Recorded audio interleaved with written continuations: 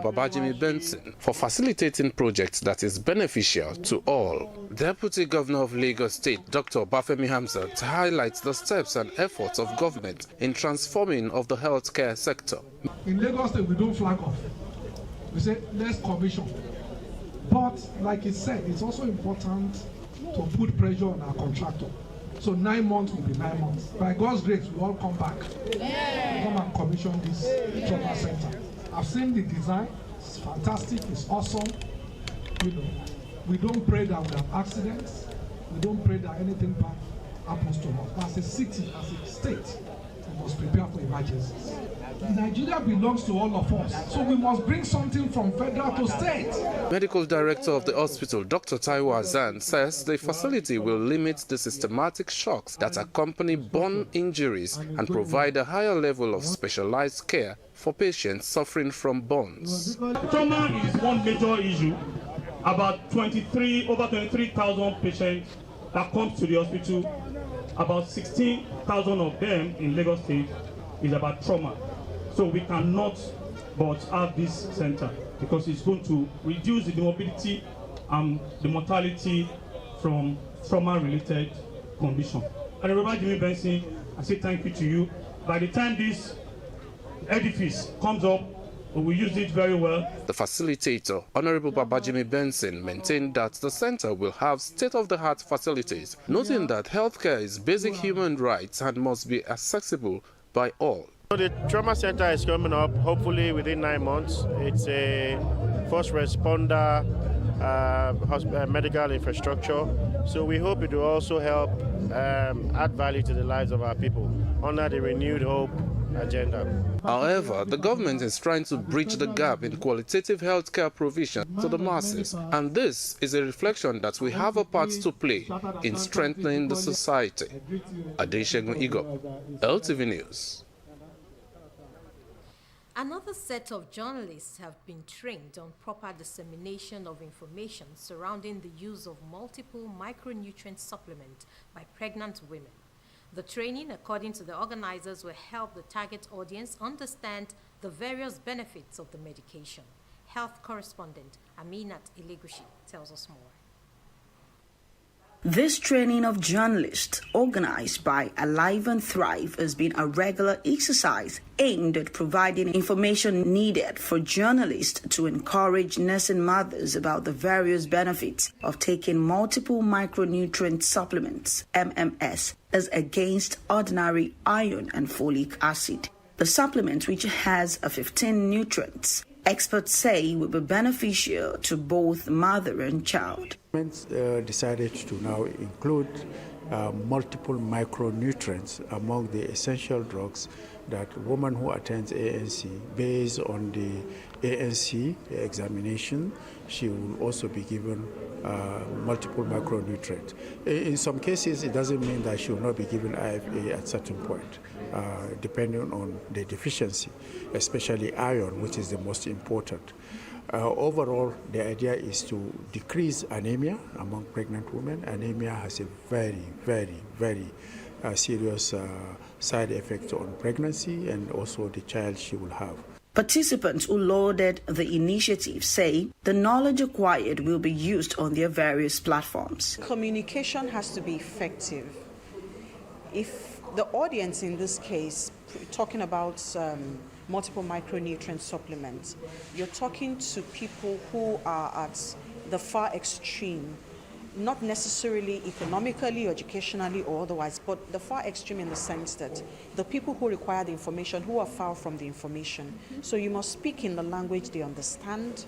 You must be able to communicate the benefits. You want them to change from the norm to this way of taking care of themselves, maternal health, child health. You have to be able to tell them in terms and in words that will cause a change in their behavior. We need the media to think outside the box, to think of the best way, the best possible way, and the best possible language to reach out to, one,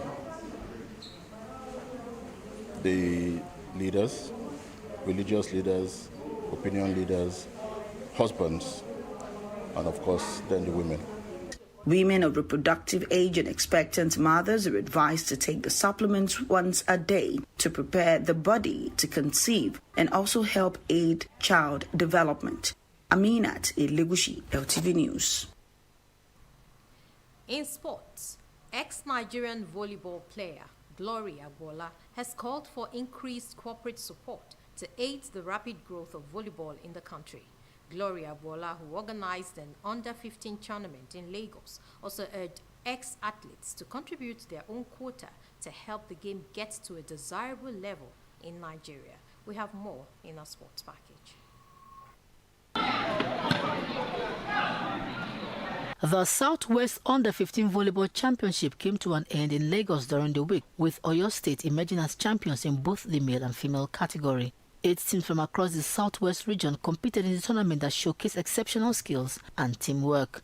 Lagos State came second, while Ondo State and Olalomi finished joint third in the competition, which took place at the volleyball court of the Teslim Balogun Stadium, Surulere, Lagos. Former Nigerian volleyball player Glory Agbola expressed her delight at the talent on display, but highlighted the challenges faced by young athletes due to lack of sponsorship. Well, when the Volleyball Federation lack sponsorship, even the Glorious Quaker lack a sponsorship, because equipment and the facility of volleyball is so expensive that if it costs a lot, we need a private organization to enable us for sponsor to enable us to be able to bring out the competition, because out of all this competition we are organizing, that is where we can select a player to represent each state, a region, and the national to go international level too.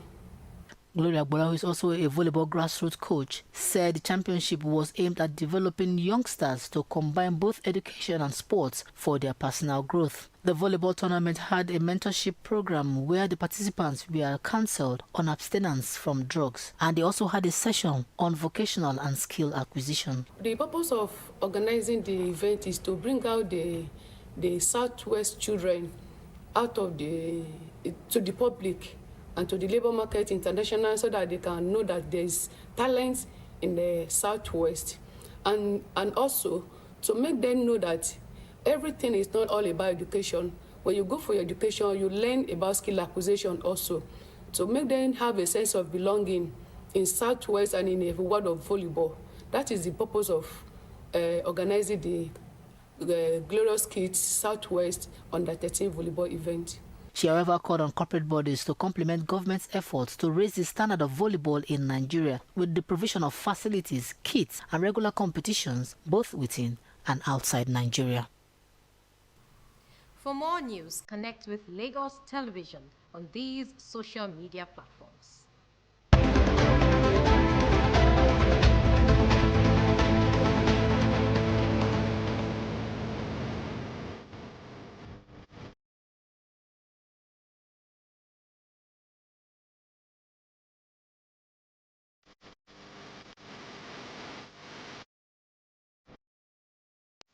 In case of emergencies, please call 767 or 112.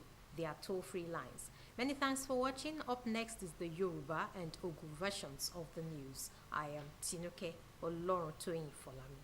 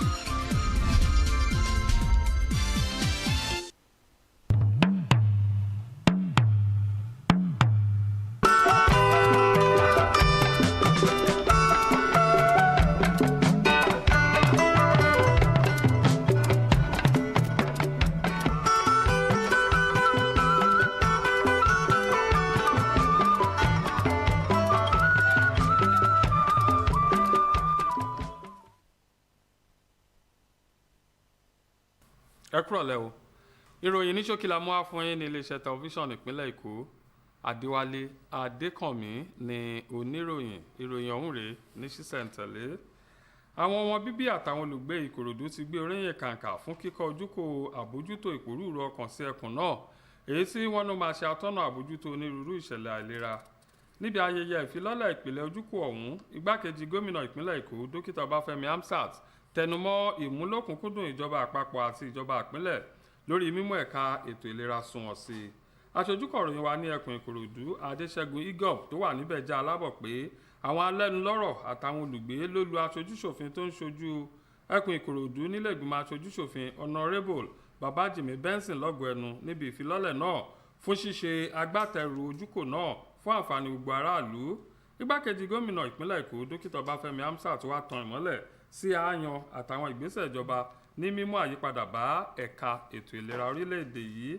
Ọ̀gá àgbà ilé ìwòsàn ìjọba tó wà ní Ìkòròdú tí wọ́n ṣe ìfilọ́lẹ̀ ojúkò náà sí, dókítà Taiwo Hasan sọ pé ojúkò náà yóò mú àdínkù bá jìnnìjìnnì tó máa ń bolẹ̀ tí ìṣẹ̀lẹ̀ ìfarapa nípasẹ̀ iná bá wáyé, tí yóò sì pèsè àbójútó èyí tó ṣe àrà ọ̀tọ̀ fáwọn tó bá ní ìfarapa látàrí ìṣẹ̀lẹ̀ iná.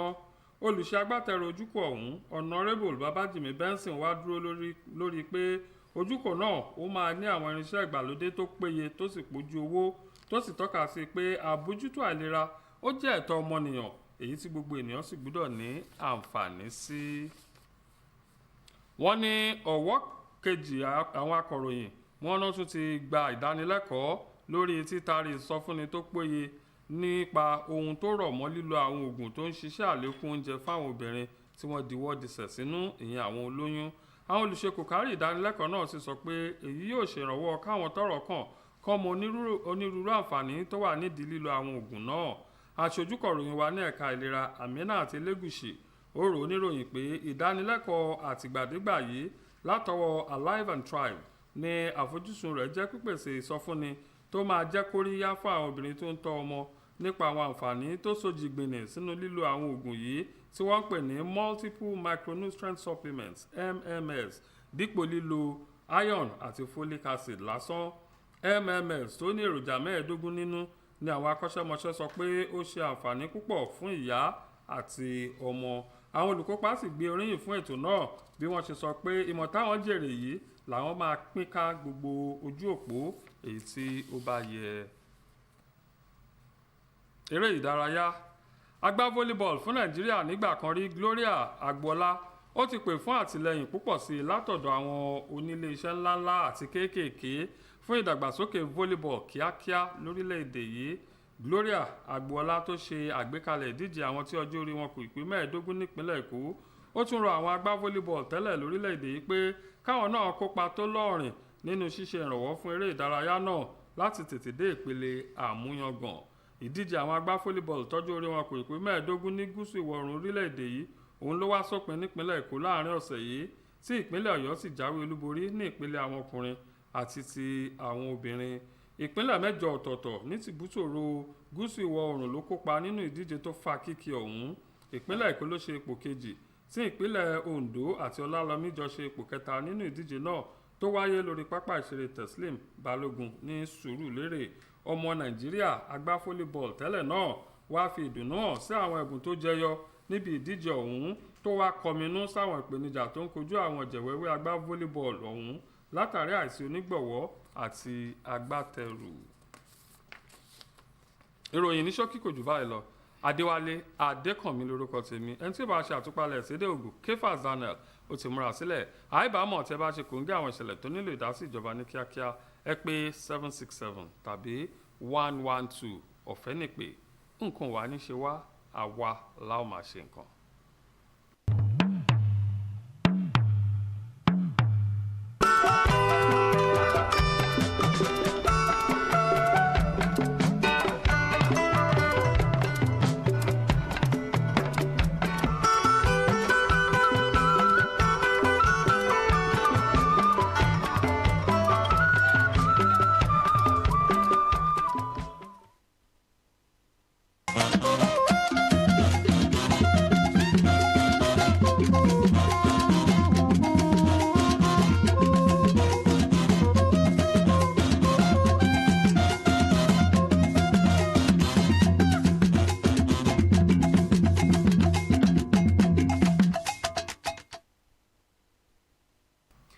kudo weme bozo kudo azon so fon bon le linkle we to mi de jason television woni ton Kefas ma ton ji Daniel we yen no yin Ìkòròdú no le po le do ton le po ko pa gigo na le ye gba mego pon ten nu si sien le ton do pon gbo kwe da ko Ìkòròdú ton do to menu le po mehe okodu le po zi ogulo da gana sendo to enote na waloji to sendo kwe da ko ene Honorable Babajimi Benson otonionu dagbele ena he awubo tin na gbatore bi otome bode goto ai mate ganton dókítà Ọbáfẹ́mi Hamzat so yo drelo dododo afodide o gandudu tin to ai meto divie ton weyin na do he nu kan yi dagbe pra tito agbasari loton oganda ho pon gbo pe loton dókítà Taiwo Hassan so do hodomo fi yoyolo na de au fiesa po au siele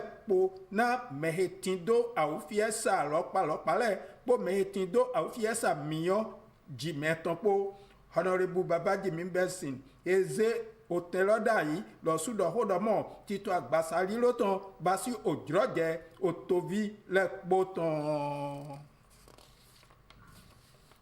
ogbeta linlizon wa to leton devo weye ko pon azon de ye no wa doza amasin irodomo MMS leton gbon alopa susume bo ina so no dudu ina no na agbasa ye ton le no dagbele to agbasa ye ton mega meheze opon loda ile we ena yedo ena galo na ye ni donyo dagbe tinto amasin lome po nududu enano du bo jijo na tinto agbasa ye ton le me po rin kato mi to Aminat Elegushi dogbe na mi domo ogbe Alive and Thrive le we basi opon lo na ye do ya domo la me yiya nino bon aihun didale dari yin no vive town na ho no le po nu divu no le po eje na nino za amasin no iradomo MMS lo to direle pome mo we me yo pon lo le ye dodomo eminala ohohe pe fi emis gan lagbon na jijo hugbe to le ton utu aihun dida Nigeria fi jiji volleyball hoton Glory Agbola kodona azokwele ni galo ene alzonpe pevile po dahole popo mejo me togbo etan le po na ihun voliton ni do mwedaga to yiyame to togbo heme Glory Agbola heze tito ihun loton da yi na mehe ma pe ope foto me hole to awon le sodo na ihun dato ohole ga do na ilosule ni galo na ihun voliton ni motendo yi nu kan to togbo heme ihun voliton heye da to owe we wa di odo to gbo hetan to awon rin wa vivonu to seheme fi Ọ̀yọ́ imaten yitate to mi ma mesunu po nyonu le poton aihun dagbe chiaton we be mi ma to aihun lo me boye do ye dere ya kada di aihun nyoda tole awon rin we ten aweto bo Ondo imaten so yiten atontoga memi to le bana o ga le to din vie gba de po le po pe temi na se to ga chiro po me weja ye kaka je gwe nenu en do nu jijo ajiji de wa jo to awa mi ton ji mi te pon bo ira local 767 ka vi 112 vonu we le po yen Kefas ma ton ji Daniel don do mi do bon na mi ni kudo azon